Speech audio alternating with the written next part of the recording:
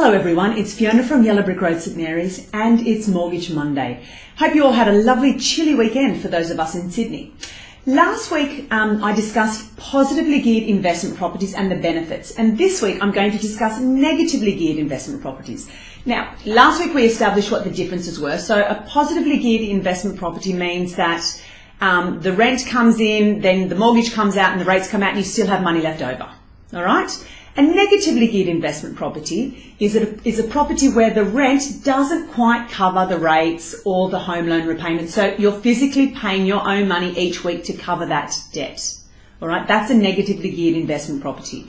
So I have clients that do choose to, prefer to have a negatively geared investment property, mainly for tax purposes. Now, there are two paths that you can take when you have a negatively geared investment property. First of all is you can wait until the end of the financial year to claim the interest that you've paid on that loan. And secondly, you can actually apply for a form, and it's called the PAYG withholding variation. Okay, now what you need to do is complete this form with the ATO, and the ATO actually contacts your workplace and tells them how much money you're paying in interest, and they reduce that from your income.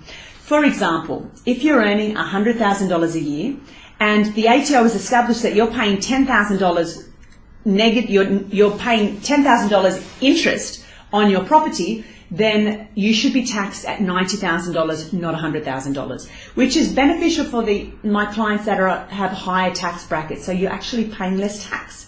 So as I said, there are two ways to do that. You can wait to the end of the financial year and claim it all together, or you can pay less tax each week throughout the year.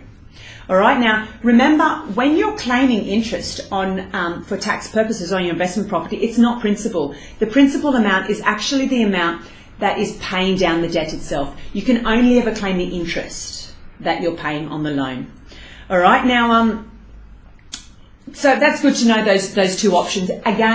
It's very important to discuss these things with your accountant, because everybody has a different financial situation and one may be better for you than the other, and only they will know that. Only your accountant will know that information. So just a quick summary. If you're negatively gearing your investment property, there are two ways that you can do it. You can wait till the end of the financial year to claim the interest that you've paid, or you can you can pay less tax at work because you've signed that form that I told you about, the ATO knows about it, your workplace know about it, and you're paying a little bit less tax each week. If you have any queries or any comments, feel free to leave them in the messages below, and have a great week.